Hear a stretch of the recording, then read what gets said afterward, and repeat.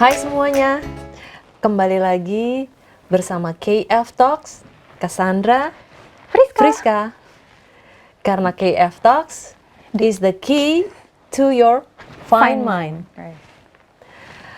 Baik teman-teman sahabat Titanium semuanya, kali ini kita akan sekali lagi membahas usulan dari para sahabat Titanium untuk dibahas di KF Talks ya. Buat yang ingin masalahnya dibahas, mungkin juga dengan pertanyaannya, silahkan kirim pesan di sini ya, supaya topik yang Anda usulkan bisa menjadi topik di pembahasan KF Talks berikutnya. Baik, kita mau bahas apa ya sekarang? Karena Cassandra dan Friska adalah dia kaget. Karena Cassandra dan Friska adalah psikolog klinis dengan kompetensi juga forensik ya. Friska ini sudah membantu saya di banyak kasus ya, walaupun mungkin masih harus mengambil kompetensi, uji kompetensi ya, tapi sebagai tim karena saya yang sudah memiliki sertifikasi kompetensinya, tentu saja saya menandatangan dan Friska berada di bawah di dalam tim bersama saya untuk menangani kasus-kasus forensik. Nah, tapi Friska ini juga praktek sendiri loh di tempat prakteknya gitu ya. Nggak apa-apa disebutin tapi nanti hitungannya tapi ada endorsement kan ya. Baik, jadi kami sama-sama punya tempat praktek sendiri gitu ya. Tetapi tentu saja sebagaimana kerjasama antar sejawat, kami dengan senang hati untuk selalu bisa bekerja sama, tidak hanya antara psikolog klinis yang mengerjakan kasus-kasus forensik, tetapi juga bekerja sama yang sangat harmonis dan cantik dengan teman-teman psikiater, di mana kami harus merujuk pasien-pasien yang memang memerlukan bantuan psikiatri. Ya, termasuk sama yang kita mau bahas ya. Nah, yang mau kita bahas ini persis sekali gitu. Jadi kita mau bahas apa ya? Iya, itu sering kita rujuk, sering dirujuk sangat ya. dirujuk ya, sangat seringnya.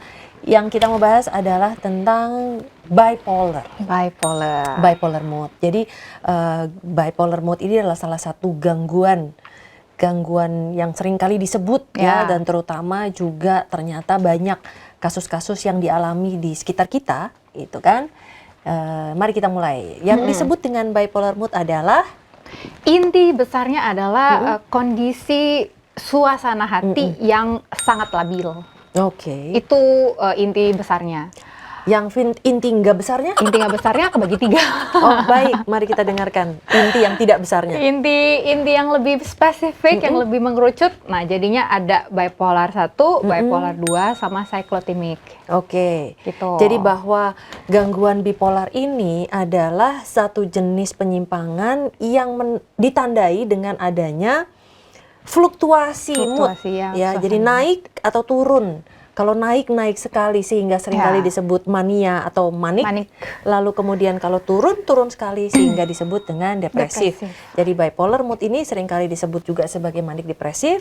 Tapi kembali lagi dengan adanya penggolongan yang terkini kita kenali ada bipolar tipe 1, tipe 2, lalu kemudian gangguan siklotemik. Nah, gangguan bipolar mood tipe 1.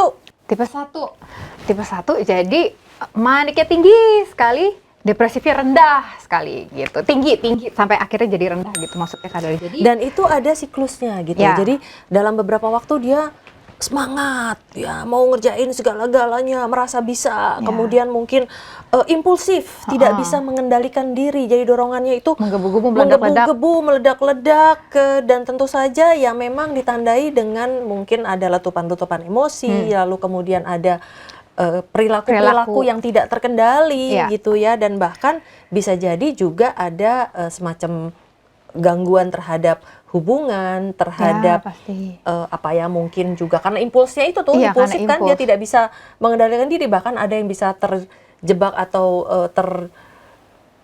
terbawa suasana sehingga kemudian mereka melakukan perilaku-perilaku yang merugikan diri sendiri gitu. Ataupun orang lain. Lalu kemudian ketika sampai pada siklus yang turun gitu ya, terjun bebas. Nah, itu mereka sangat depresi, sangat sedih gitu. Lalu sampai akhirnya mereka juga tidak ingin mungkin nggak ingin meneruskan atau tidak ingin ke sekolah, tidak ingin kuliah, tidak ingin bekerja, tidak ingin melanjutkan hubungan dengan pasangannya dan lain sebagainya. Dan ini juga yang seringkali terjadi ketika orang-orang dengan tipe ini, di satu sisi mereka bisa menghasilkan karya yang luar biasa, tapi apabila sedang mengalami gangguan, kemudian mereka jadi tidak bisa mengerjakannya. Jadi bisa jadi pada saat mereka lagi ujian, mereka lagi harus dikejar deadline, lalu kemudian hilang, gitu ya, gone gitu saja. Maksudnya dia tidak muncul, tidak hadir. Nah, kemudian kalau yang bipolar tipe 2 adalah, kalau tipe 2 ya hipomanik dibilangin. Jadi nggak tinggi-tinggi amat, nggak semanik yang pertama. Tidak perlu ada peristiwa yang sangat tinggi, tidak perlu ada mania, tapi masih ada fluktuatif ada tadi, fluktuasi turun ke bawah, lagi. ya. Dalam hal ini tentu saja sangat penting untuk kami rujuk ke psikiater karena sudah pasti memerlukan psikofarmakologi, memerlukan pengobatan untuk bisa mengendalikan si emosi ini gitu. Nah, sementara yang ketiga adalah, kalau yang ketiga itu ya fluktuasifnya itu ada. Itu tanda ciri-ciri utamanya bahwa ada dua-duanya, tapi mungkin ya tidak se-ekstrim yang tipe 1 tadi, kayak gitu. Oke, jadi dia pun juga sama ya, hampir kurvanya ya masih fluktuasi, begitu. tetapi sekali lagi tidak se-ekstrim yang tipe 1. Tipe 1. Nah, lalu kemudian kita sudah bahas apa ya, lalu kemudian kita bahas kira-kira apa ya yang menyebabkan bipolar ini gitu. Gimana Fris, apa yang menyebabkan bipolar gitu? Mungkin baik dari sisi teoritis di buku dan juga di fakta yang kita temukan dari pasien-pasien yang sehari-hari, cukup banyak nggak Friska menerima pasien-pasien yang bipolar ini? Dugaan diagnosis bipolar banyak Mbak, tapi bahwa pada akhirnya tegak bipolar enggak juga. Nah, gitu. Betul. Ya, saya juga mengalami hal yang sama. Ternyata pasien tuh datang ke ruang praktek psikologi, lalu kemudian katakan, Mbak saya bipolar. Ya, gitu. padahal ternyata bukan gitu, karena ternyata mereka melakukan self diagnose gitu. Biasanya yang saya tanyakan adalah itu didiagnosa di siapa yang melakukan diagnosenya gitu, kapan gitu, yang paling penting gitu. Jadi ini juga penting sekali buat sahabat Titanium semua, bahwa ketika kita berhadapan atau menduga ada orang di sekitar kita yang mungkin mengalami bipolar, jangan terlalu cepat untuk melakukan kesimpulan gitu ya, membuat pernyataan bahwa yang bersama, apalagi kalau ternyata orang ini adalah pasangan, karena bukan tidak mungkin malah pasangan akan menjadi terbeban, kemudian menjadi melabel sedih begitu gitu ya. Itu termasuk labelan, itu termasuk kekerasan loh gitu ya, padahal enggak, padahal tidak gitu. Nah, jadi tolong bahwa yang melakukan pendiagnosa ini, menegakkan diagnosa ini tentu saja harus orang yang memiliki kompetensi. Nah, kemudian yang berikutnya adalah apa sih yang menyebabkan mereka bisa menjadi bipolar mood ini gitu. Mereka individu-individu yang mengalami bipolar ini itu dapat dari mana gitu. Apa yang menyebabkan mereka bisa mengalami bipolar? Nah, khususnya bipolar, dan sudah sering kita bahas di episode sebelumnya, aku setuju dengan Mbak, faktor genetik itu pasti ada dan cukup kuat. Sekali lagi, di semua topik kita selalu yang kita bahas genetik, lalu kemudian sekian persen adalah pola asuh, lalu kemudian pengalaman, lalu kemudian juga situasi, tekanan dan lain sebagainya.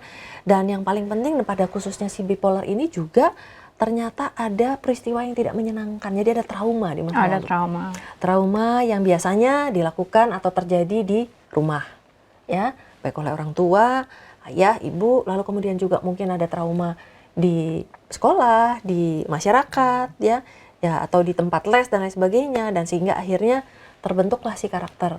Tapi memang yang paling banyak dari rumah ya, ya dari pastinya. rumah, karena bagaimana anak-anak ini tumbuh dan berkembang dari rumah gitu. Nah, lalu kira-kira apa yang harus kita lakukan kalau ternyata dan atau apa yang harus dilakukan oleh para individu yang memiliki diagnosa gangguan bipolar ini? Bipolar. Biasa ya, tetap selaras itu sekali jalan farmakoterapi ya, obat ke untuk psikiater, gejala, tapi memaintain pola perilaku yang lebih positifnya ya, pakai psikoterapi, CBT misalnya. Oke, jadi kembali Barengan. lagi tetap dibutuhkan kerjasama yang cantik antara psikiater dan psikolog klinis, di mana psikiater itu memberikan Obat untuk kontrol tadi untuk tuh mengendalikan, dan obat ini juga tidak sembarangan loh, kadang-kadang juga cocok-cocokan nih gitu. Jadi jangan langsung memberikan penilaian, wah saya minum obatnya dokter ini tidak berhasil misalnya gitu ya, justru harus bisa ketemu obat yang tepat nih gitu kan. Jadi tetap dokter pun yang mengetahui kapan obat itu harus dikurangi, dihentikan, diganti dan lain sebagainya ya. Itu teman-teman rekan sejawat psikiater yang akan melakukan. Nah, kemudian dari sisi psikolog klinis adalah menyediakan layanan psikoterapinya ya. Kemudian teknik terapi yang tadi sudah disebutkan oleh Friska adalah bahwa tentu harus teknik-teknik yang sudah sesuai bukti. Artinya yang memang sudah berdasarkan penelitian ilmiah bahwa teknik tersebut adalah teknik yang efektif ya. Antara lain adalah cognitive behavior ya. Lalu kemudian apalagi mungkin yang bisa digunakan ya, seringkali juga ada psikodrama. Itu juga cukup berpengaruh tuh untuk orang-orang yang bipolar, sehingga mereka bisa menempatkan diri pada situasi-situasi yang dalam seperti drama gitu ya, di mana mereka bisa menyalurkan emosinya di dalam drama ini, dalam psikodrama ini gitu. Lalu kemudian ada lagi yang lain teknik terapi yang mungkin dipergunakan selain juga pasti ya ada relaksasi otot lagi, pernafasan gitu kan. Kemudian mindfulness itu juga masih bisa, terapi kognitif lain atau sekarang yang paling banyak juga sedang adalah metakognitif. Wah, apa tuh Mbak? Metakognitif itu seperti CBT, tetapi intinya adalah berpikir tentang isi pikirannya sendiri. Jadi dia mikirin isi pikirannya? Betul. Dihayati gitu? Betul, jadi seseorang menggali apa yang dia pikirkan, mungkin menuliskan pikirannya, mirip dengan CBT, tapi ya itu lebih pendeknya adalah metakognitif itu adalah teknik berpikir tentang pola pikirnya. Gitu. Nah, ternyata sekarang lagi banyak digunakan ya, di mana teman-teman dari terutama sekarang juga ada selain ke psikiater dan ke psikolog, ada lagi sebenarnya salah satu usul yang ingin saya sampaikan, yaitu mungkin bergabung dengan kelompok-kelompok support group. Oh ya, support group ya.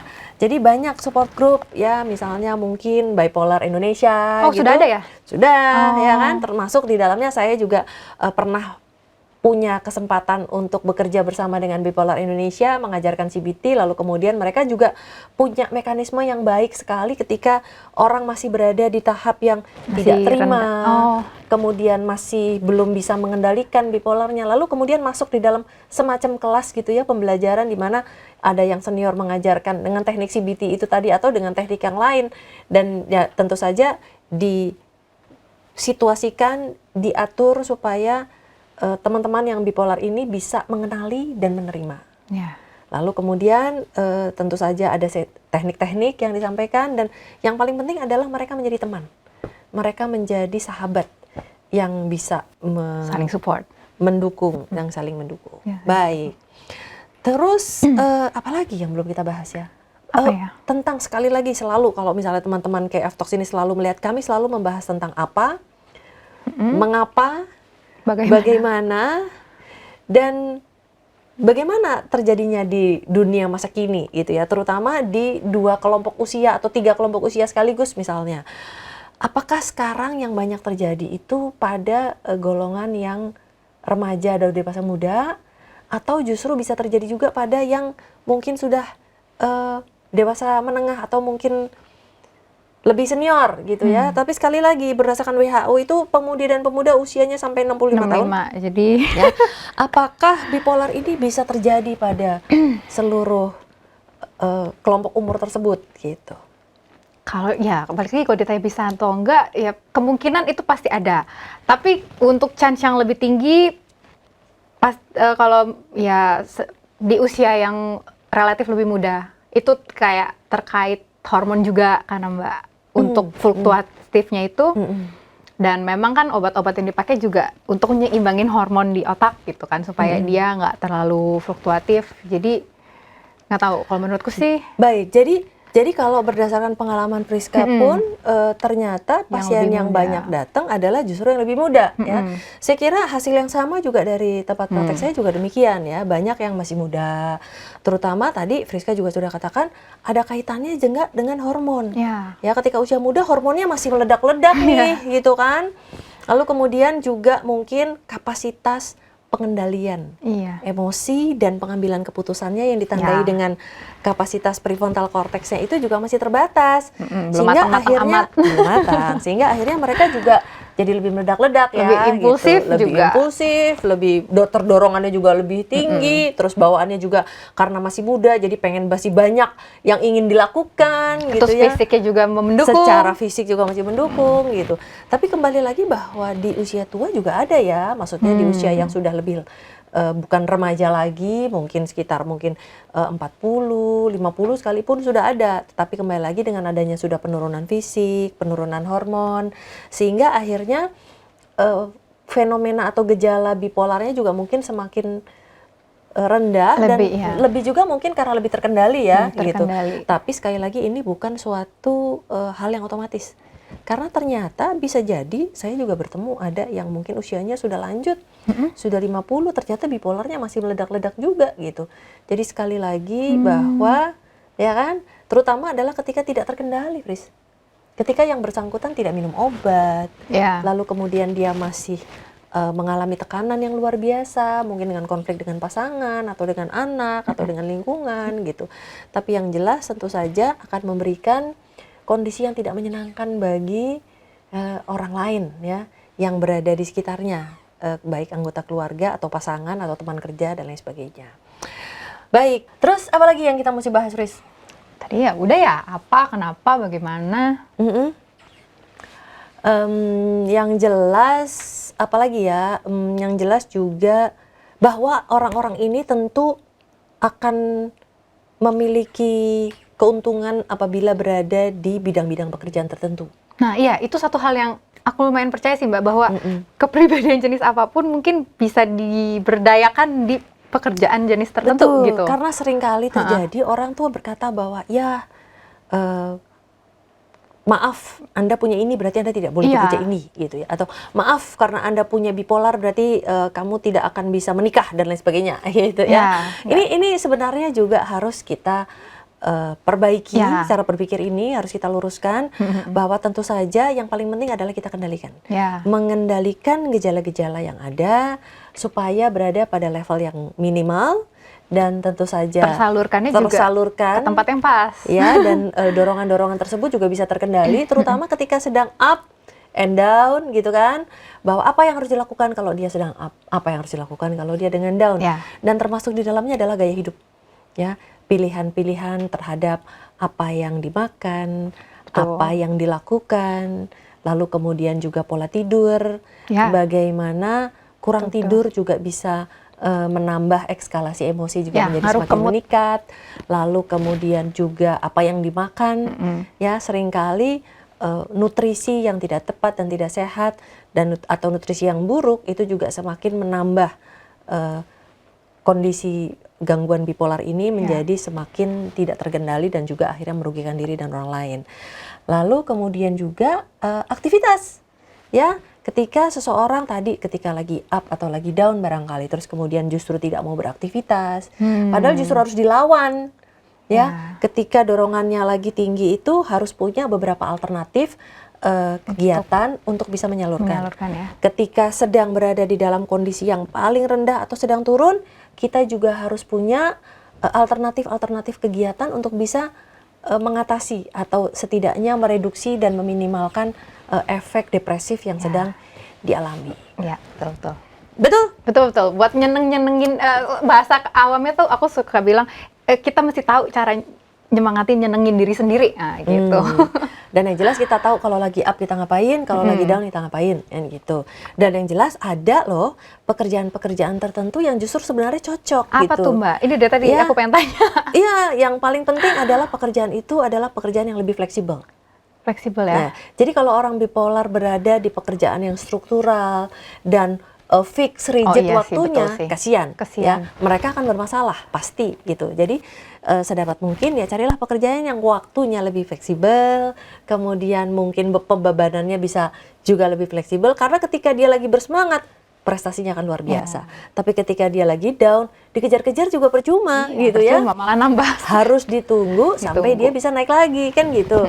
Nah, yang jelas tentu saja jangan juga orang tua memaksakan diri bahwa harus pekerjaan yang konvensional, harus yang struktural, bahwa Ya. mungkin dia akan lebih berhasil dan lebih nyaman dan lebih bahagia di pekerjaan-pekerjaan yang lebih sedikit tingkat tekanannya dan lebih tinggi tingkat fleksibilitasnya. Betul.